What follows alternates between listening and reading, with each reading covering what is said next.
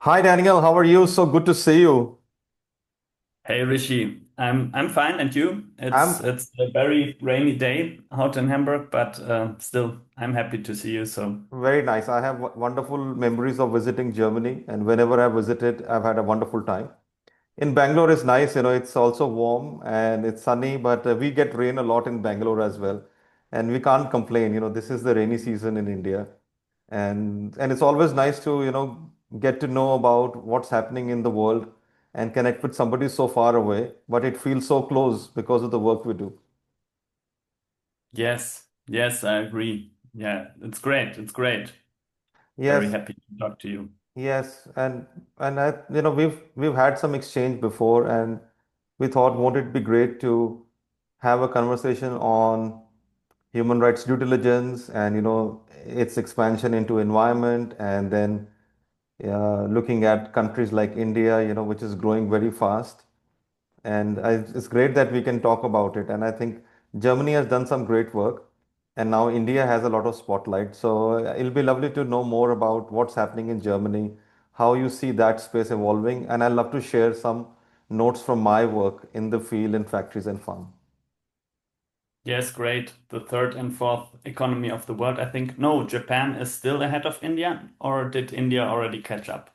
But soon it will, and with us as well, I guess. Yeah, apart from the ranking, I think the writing is on the wall. India is growing very fast, fastest growing economy, largest population of the world. And I think what's happening in the world with geopolitics, India has a lot of supply chains which are moving in, and companies are looking at India as a preferred place to actually move in manufacturing, sourcing, agri engagement or agri sourcing. And we've seen that, like almost like a big wave in the past couple of years coming to India. And all I think sectors are growing and thriving, which is wonderful for us Indians, but also it brings in the challenge of responsible business. How can businesses create a positive impact on the people and the planet?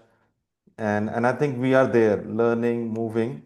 And although some of Indian businesses have been quite deeply rooted into advancing people and in the environment, and due to our spiritual, I think, connection with the environment. Uh, but there's a lot to be done. We're a large country with a lot of people. How is it going on there in Germany?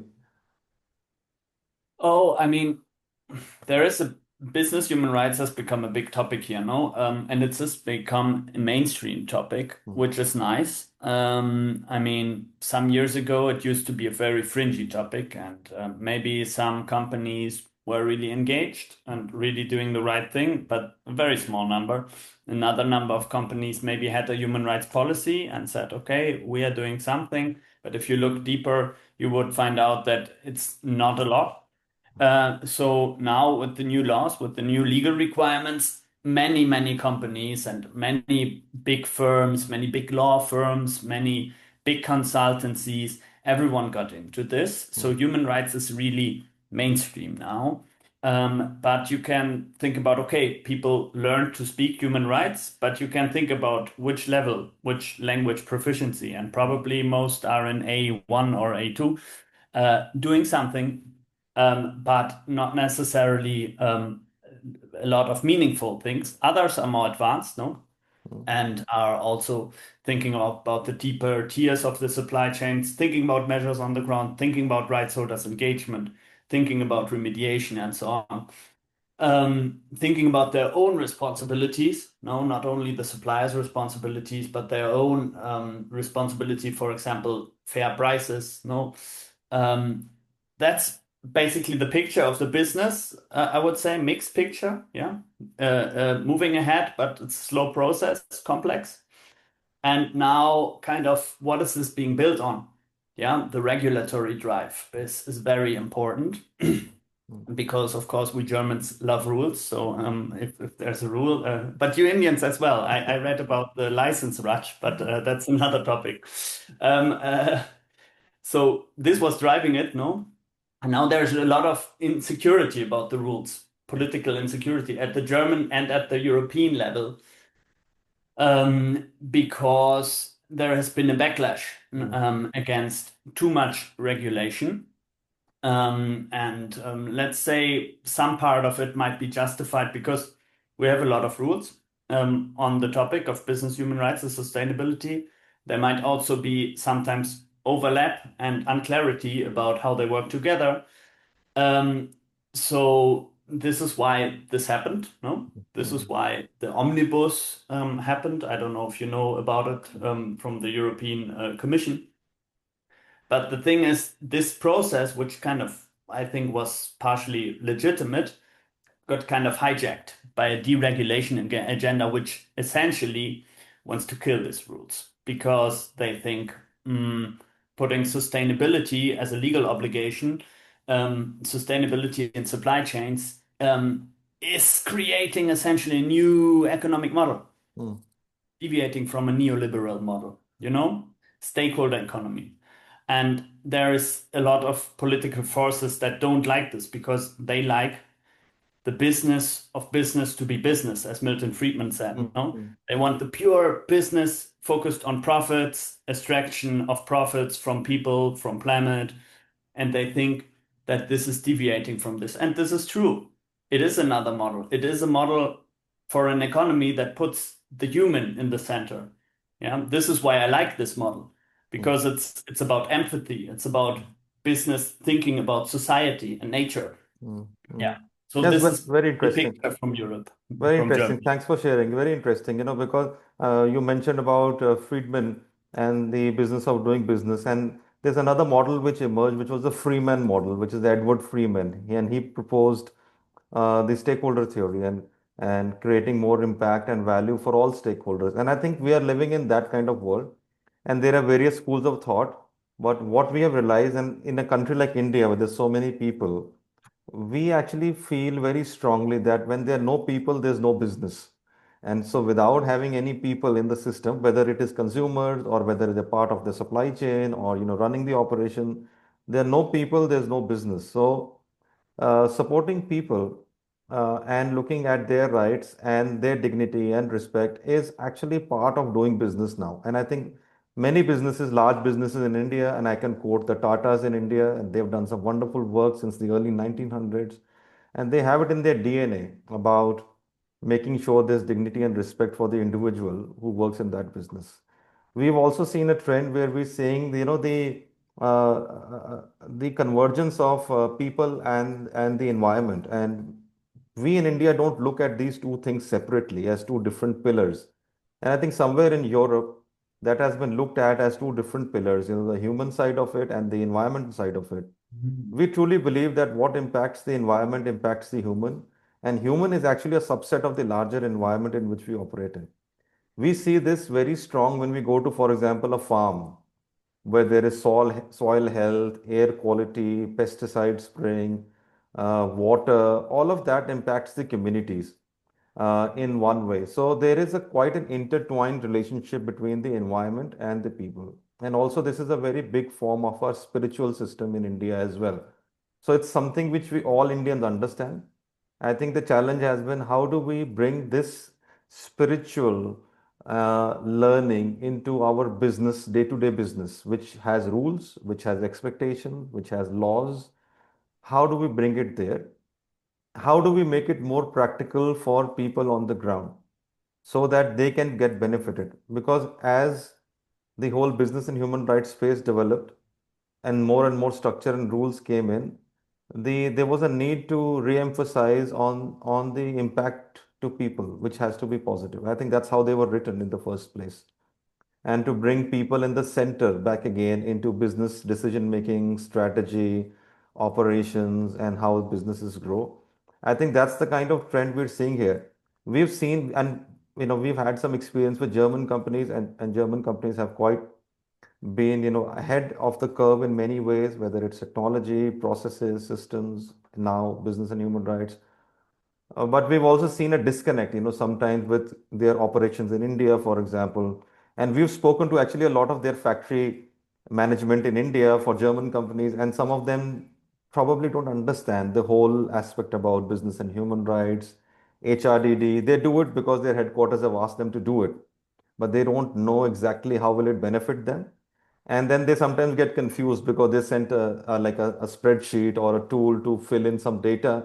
And then they said, we thought this was a continuous improvement activity, but we're ending up doing an audit. And it confuses people more. And one thing I've also found out that although there's a lot of training happening in this area, people at the operational level, like shop floor managers, factory managers, farm managers, they don't know about this at all. And they are the people who are going to implement it. So this is the gap we have seen. There's a very good intention in what's happening. But when you come on the ground in a country like India, there is a gap. And there is also a cultural gap where the Western systems are embedded a lot into the structure of it and the process of it. And the Indian system is very much embedded into the relationship of it. And I think somewhere we have to build bridges between these two systems because we need both systems. We can't live without one. So that's where we are, Daniel. Like in terms of the journey of human rights due diligence. That's very interesting. I think we should focus on that, but I wanted to ask you one thing before that because I'm really interested in also these disconnects, and I think there's a lot of reasons from the German side that I could elaborate on. But before that, I wanted to ask you a bit about um, sometimes in the debate. I've been involved also in the political debates of the creation of the German Act and the European and so on. And an argument that came up again and again was like, oh, this is a Western construct. Are we imposing Western values of the to the rest of the world? And personally, I have to say, I don't agree at all because I look at the history of human rights and I see in 48 that India was a strong advocate also for the General Declaration of Human Rights. Yeah.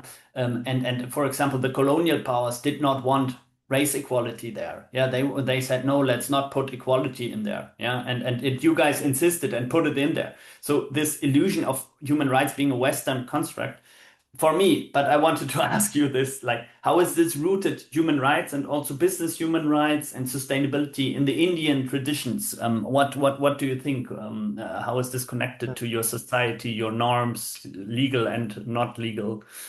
Hmm. And I'm glad you brought out this because this is the kind of confusion we also hear about. And I think it's important that we clarify that human rights is not a Western or an Eastern concept. It's a global concept. Dignity and respect of every human on this planet is something we all stand for, whether it is through law or through our spiritual systems or through culture. I think it's embedded across the world. And when the declaration happened, India was, like you said, very much on board. Our constitution obviously brings in a lot of elements of dignity and respect and equality. So that's always been enshrined, I think, the way we do things. I think the kind of comments we hear is more on the process side and it gets confused with the requirements of human rights as such. Is this process very Western or is this process Eastern? I think that's where the debate is and gets confused in the kind of Western ideology versus Eastern ideology. I don't believe in it. I believe in dignity and respect and equality of every human being on the planet. And I think Indians stand for it. Also, the Indians actually were quite ahead in the curve as well. We launched our own guidelines, which are called the National Guidelines on Responsible Business Conduct. On that, we developed a reporting system, which is called the BRSR reporting system for top 1,000 companies. And anybody who reads it, actually, it's very clearly written. The language is very much global, it's international. I congratulate the team who has drafted and written these guidelines. They are in line with what is happening globally. And so it also gives a clear message that this is a not, Eastern and Western kind of a divide. These are global requirements. And our understanding, of course, is different in the way we move this. And I think that's the beauty of the whole subject and how we approach it. And we have different approaches on it. So it's enshrined in the law in India, in the constitution, in new business guidelines. We do a lot of business work. And so I can more comment more on the business side of it. And we have seen in India, the businesses, I think in somewhere in Germany also very similar when I read about German businesses, they were very much embedded into the community and community work. So if you look at all large businesses in India, like the Tatas, for example, they started with being embedded in community and developing communities around their businesses. So that's been the way of doing things. Even in smaller businesses in India, they have some kind of a commitment towards the community, engagement with the community, supporting and helping community in whatever way they can. India also has an interesting system, which is, I'll tell you about the cultural and then the business system. The cultural system about contributing your annual income to something for the community. And it is around 10% of what you earn. You need to contribute to community work and community development.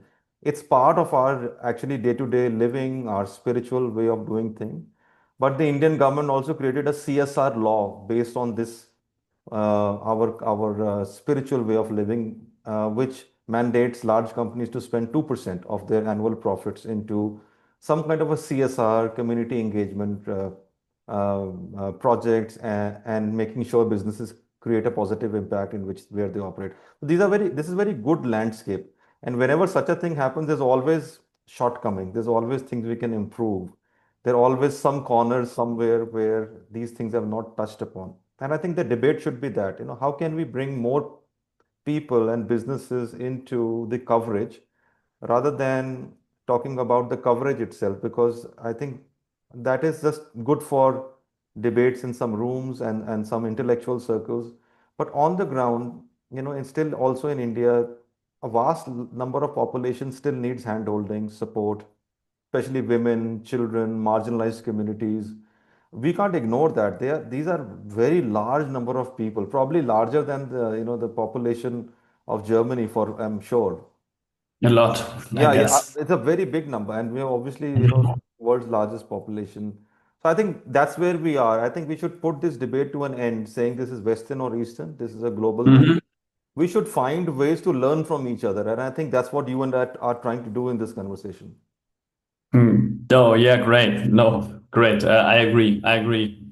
Very much agree on that. Yeah, I think it's global value. I mean, how can we say otherwise? Hmm.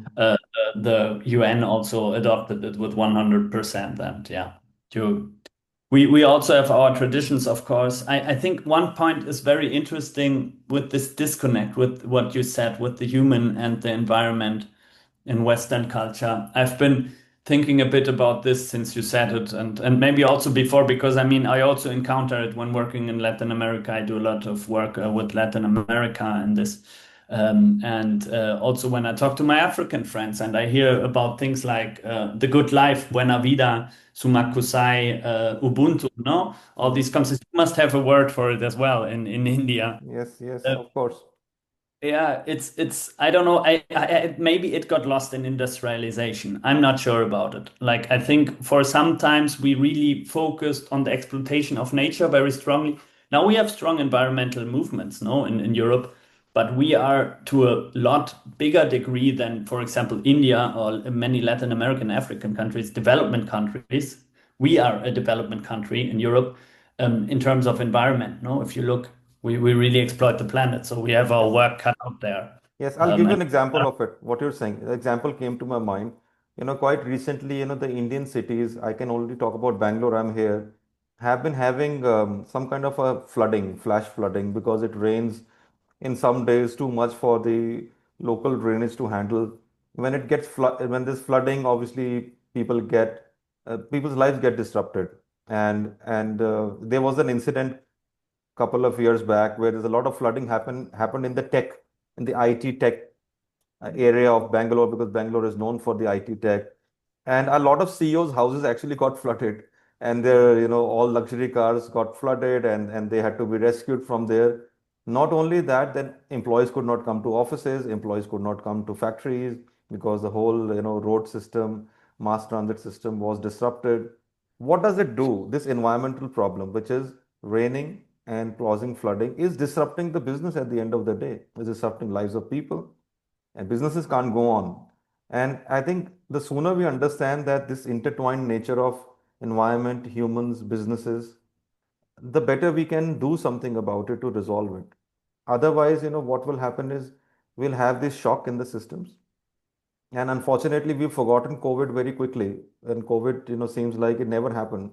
But COVID was also very good, uh, or very strong. I would say, if all the bad things COVID did, one good thing it did was highlight the importance of people well-being and looking at, Mm, and focusing on people who work in businesses. Because if they can't make it to work, or you don't have people in your businesses, no matter how much automation that businesses use, there are still people mm, involved in it. Businesses mm. will not run, and that's the reason why many businesses shut down during COVID days, because they could not survive anymore. I think that was a very big lesson, but sometimes I feel we forget that lesson, and we don't get remind ourselves that people have to be part, the center of what we do. Yeah, yeah. I agree. Let's focus a bit on the disconnect that you mentioned before, because I think it's very interesting. I mean, I will try to offer you some kind of explanation from the German side as I see it.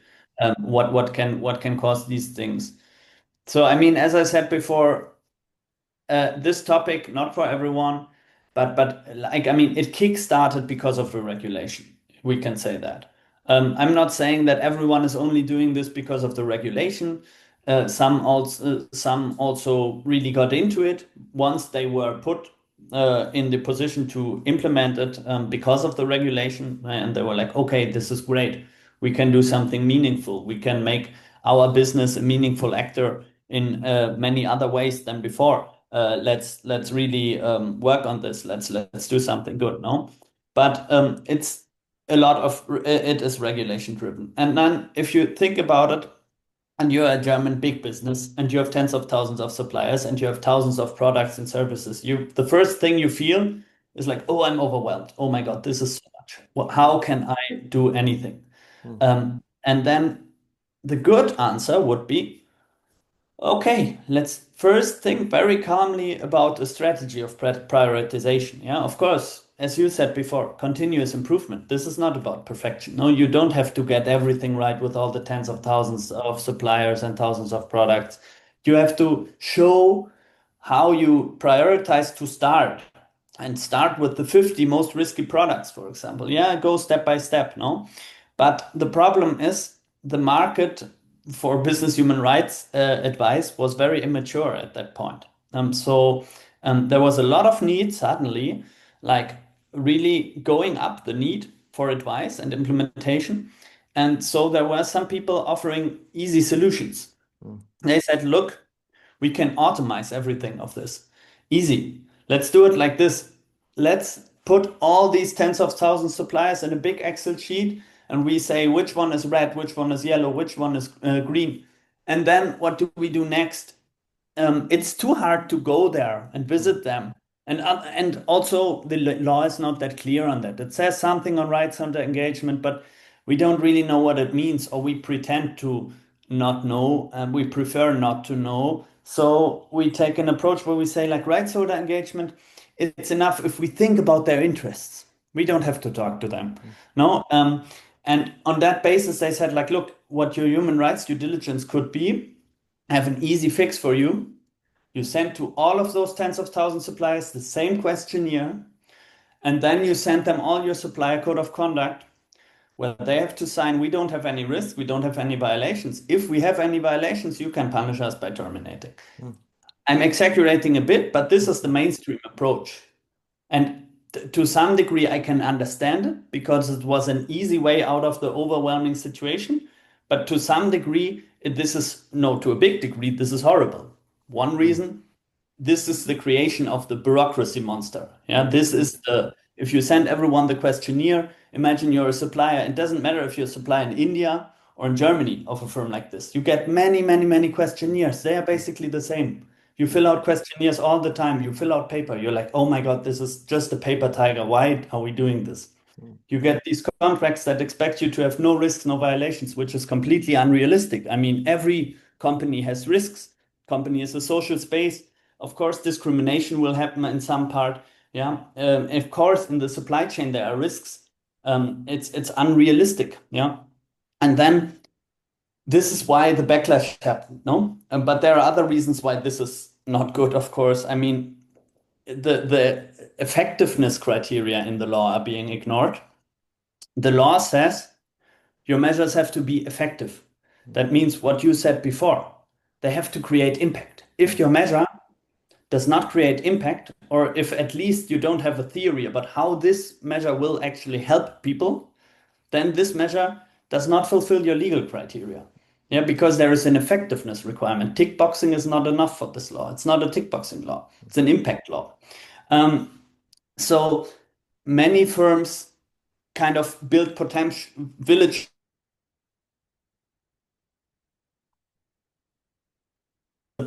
I think Katerina the Great went with her general through the steppes of Russia and said, like, look, here's a beautiful village, but in reality, it was just a facade, and behind it, nothing.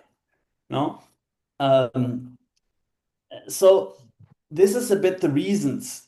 It's in a way the easy way out of this overwhelming situation, which of course misses all the beauty, but it was a quick fix.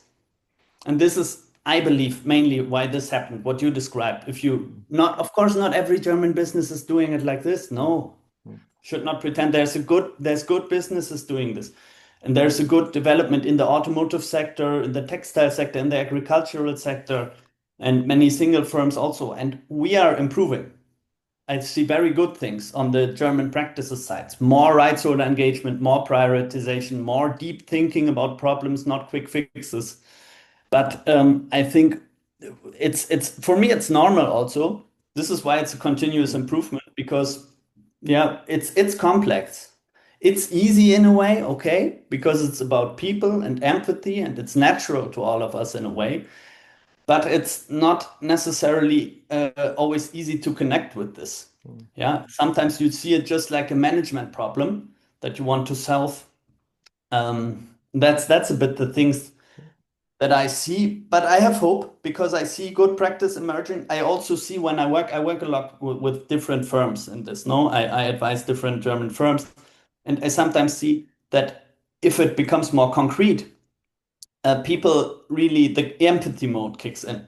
If it's just a green, red, yellow supplier, people think this is bureaucracy. This is useless. If they think, oh, we are talking about exploited truckers on the German Autobahn, um, and it's happening in our supply chains, then the people are like, oh, we have to do something. I can identify with this trucker in a way because he's a human. Yeah, he's human. He's in another situation than me, but I think about his problems. I want to talk to him. I want to improve the situation and so on. So this is why I have hope. No, you're right. You're right.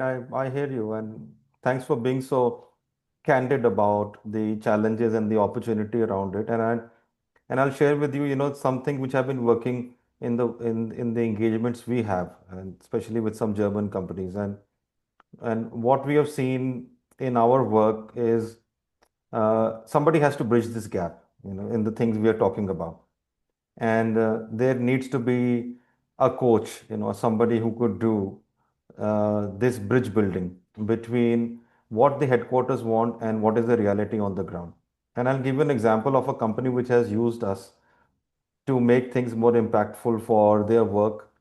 It actually their own factories in India, and they have used us. So what they brought us in was more like a coach to them, to coach, to provide cultural, local insights to headquarters, but for their local operations in India, where they have factory managers and people who are actually, filling up all the things you said, providing. So our role was to provide education to them and then let them know what exactly the whole process is because they don't know what is HRDD. They think it's another audit, although they might have done some online training, but they don't know exactly what it is.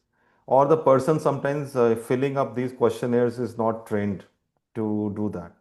The second thing we did was actually sit with this person to bring the questionnaire more to life. For example, there are many things in that, like questions on discrimination, forced labor, not understood fully well in the context of India because we live in a different understanding of what is forced labor and what is discrimination around the, in the businesses which you operate in and the laws which are there. And then also to help people to think beyond legal requirements, look at continuous improvement and, look at uh, things which are ahead of compliance, not just complying the whole thing. So that's what we did, hand holding, helping people actually to use the system better. So we're not challenging the system, but the system is okay because it tracks data. But what you input to the system will actually make the whole difference. And the third one was actually people on the ground have great ideas for improvement in the business. They've not been heard.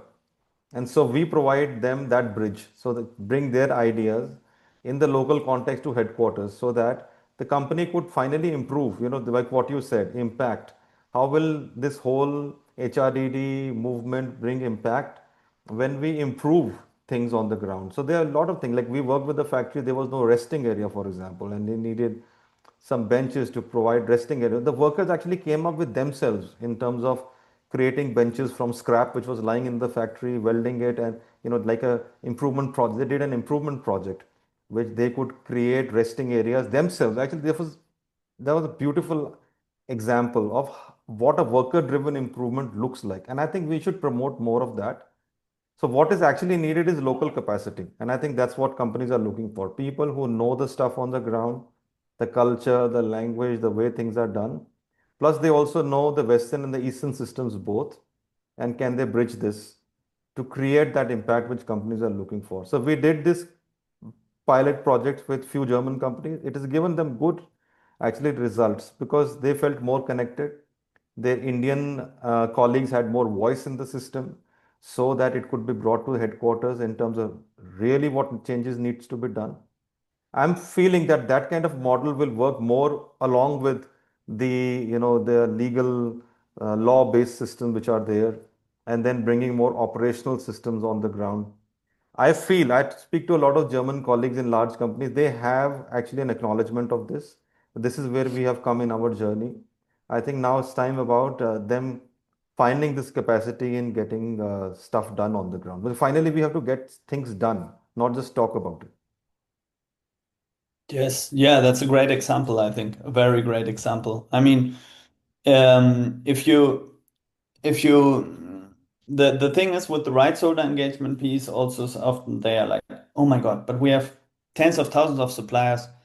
How can we engage with millions of rights holders? Mm-hmm. Of course, this is not true. No, this is not what is required. No, what is required is if you're in my picture from before, yeah, think about okay, which are the risky products and which are the risky markets, and then think about okay, which are the 10 most risky situations, and then let's say okay, one is the risky situation of our automotive suppliers in close to Bangalore. And so we will hire Rishi and we will go in and talk to the workers. But you have to give them first the formula of the prioritization because the companies are always scared if they do an ambitious measure. Oh my God, but I cannot do it 100 times. Yeah, That's yeah. the thing. Yeah, actually, what you're saying, that confusion comes from an audit mindset. When Yeah. you are looking HRDD through an audit lens, you always think about what if we find a problem, then what will we do? How will we fix it? It is beyond our control. It is beyond our factory four walls. I think these are the questions sometimes which derail some of our friends in the sustainability divisions of large companies because they are still using the audit mindset. Whereas what you rightly said, the HRDD works on prioritization and relationship of the business with that issue. And what you're actually, I'm getting reminded, we've started presenting the prioritization matrix and relationship much early on to companies now. I said, first, let's read this.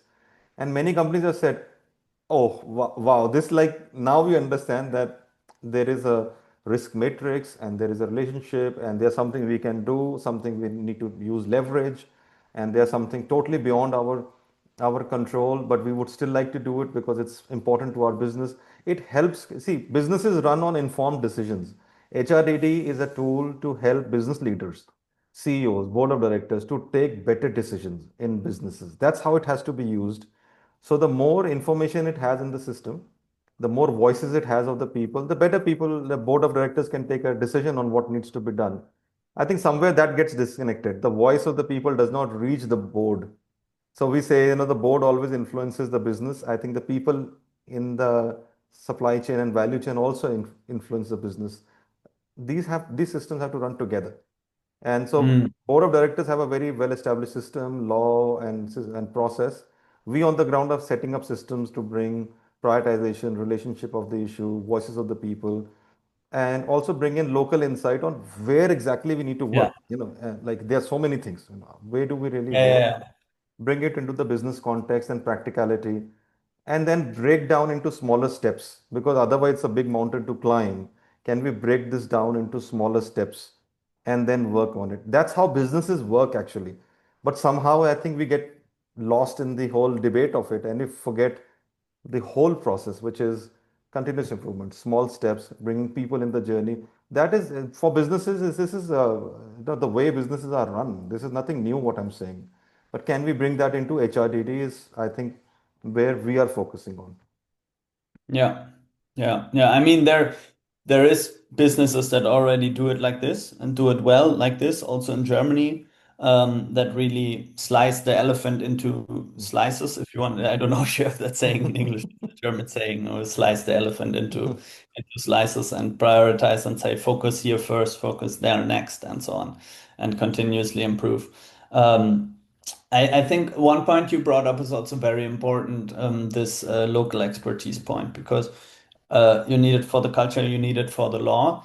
For me, I do some supplier engagements also with different companies, and I think it's very important to also think first about, okay, maybe you always identify the hypothesis at the beginning of the supply engagement. There's a reason why you engage with the supplier. So your hypothesis is that there might be a risk for whatever right, no, for some rights. That's your hypothesis, you have it in the head. The next thing you should think about, okay, the situation of the supplier, the legal and cultural context. How is this hypothesis translated into that reality? One piece of that is the legal obligations. You're thinking about a health and safety problem, working time issue, and so on. You have to think about their laws. Yeah.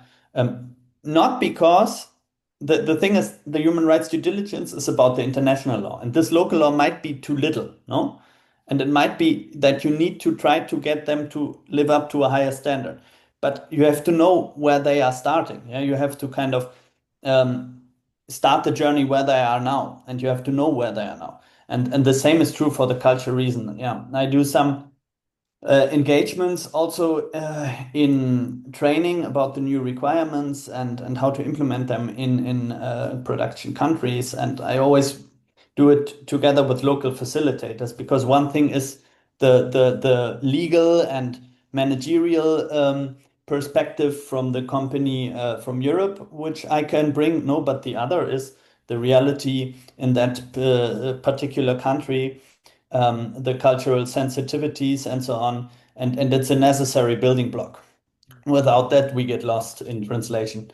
Very much agree Yes, on what you're saying there. there's a silver lining for sure, and I think there is more acknowledgement coming up.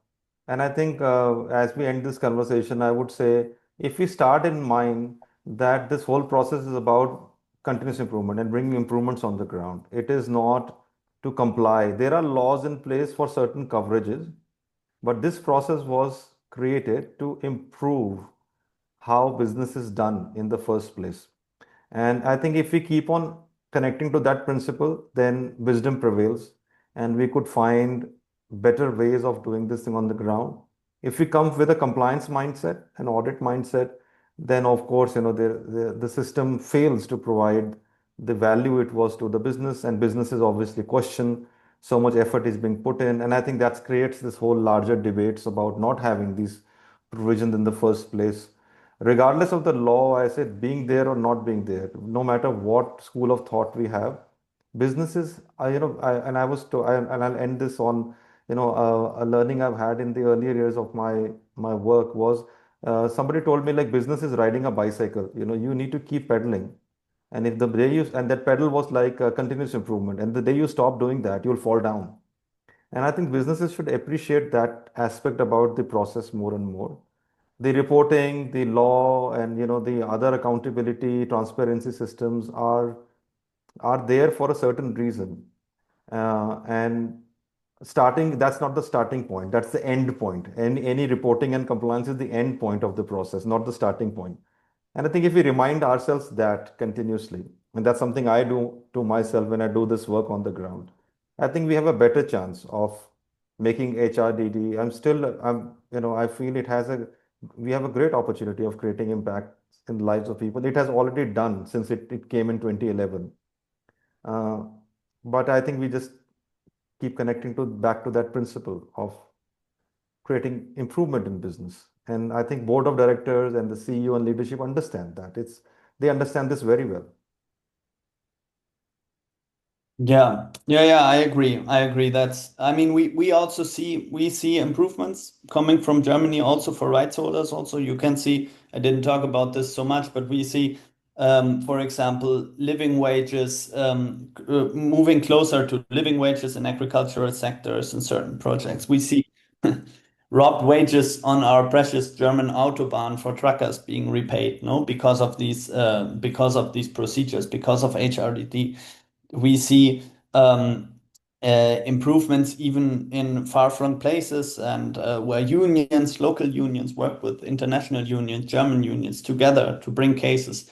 Even from the United States, no, I mean, we're not, this is not about like global North being very good, global South being very bad. No, we can see problems around Europe, around the United States and this. And we see this being used to improve the situation. And it's a better way of doing business because it's more human way of doing business. Business is not only about business.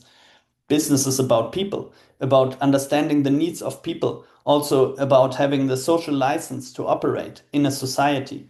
And in this way, this is a very good instrument to align business with these things.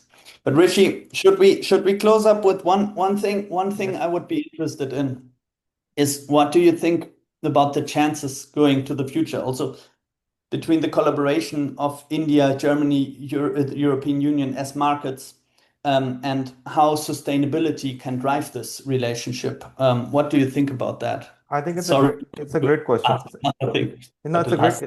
it's a great question because India right now, rightly so, is claiming its position as a supply chain hub of the world, and it is signing free trade agreements with many other countries. So quite recently, we signed a free trade agreement with Switzerland, and then with the United Kingdom, and with I think Japan as well, Australia as well. And so European Union, of course, there would be other agreements, whether they are bilateral between countries or a larger regional thing. And I think we have a wonderful opportunity of developing supply chains in a more responsible manner by using these trade mechanisms and making sure whether it is transfer of technology and whether it is searching new suppliers. And I think more action would come in the medium-sized enterprises because the larger enterprises have been global for a very long time. I think medium enterprises were looking for leverage from global services and products, and they might really be, benefiting from such a process of having supplier selections in place, which has some accountability built into it, even if they're not covered in the German law as the criteria. But I think these are really good things, and I think India is certainly promoting a lot on the sustainable side and building supply chains. I think what would really help as an Indian, as I can say for myself as a professional, is to have a better voice in the system and to allow Indians to also share their experiences of what works and what doesn't work on the ground. I think that is creating the real impact which businesses look at. And we worked with a German company where they allowed their Indian colleagues actually to really spearhead this whole program on HRDD. And it gave them very good results because then the Indian guys who knew the reality, they could really run with it and they could, implement it much strongly than it could have been done from Germany. And I think that's my wish list, continuous improvement, more voices of the people in the field, especially in the business. And some of the German businesses in India are very large businesses in their own right. So they are very big in volume, in the way they do work. Some of the German businesses have their R&D hubs in India. All the R&D, etc., leadership is actually driven through India. So having their voices in the system could give more results, along with the German way of doing things. I think the time is to bring the Indian spice into the German way of doing things. I believe that is the a combination which could really drive great impact. That's great. No, great line. And I agree with everything you say. I think we should reflect in this time where we need new partners. We both the we didn't talk about another elephant in the room like the United States, no. Uh, we need new partnerships. And why don't we build new partnerships on common values that we have identified in this conversation? No, we Of have course. common values of sustainability. If they have other forms, that's another question. But it's a common value and we can build upon it. And yeah, let's bring that Indian spice. Of course, Definitely. of course. No, collaboration is the way forward. The days of competition are long gone, and I think that's what companies are also realizing. The UN guiding principles was based on collaboration, on companies coming together to solve common problems. And I think that's what I reflect on as the ending statement, to promote more collaboration, sharing of information between companies, professionals. I really appreciate, you taking the initiative of doing this conversation. I'm very grateful that we got this time to speak with each other and to reflect upon continuous improvement. And I think that's where we are headed in the future. The future leaders, I meet some lot of young people are very collaboration based, and I see a lot of hope in them. But we as older practitioners, we also have to uh, find the essence of collaboration in whatever we're doing, in whatever spaces we are in.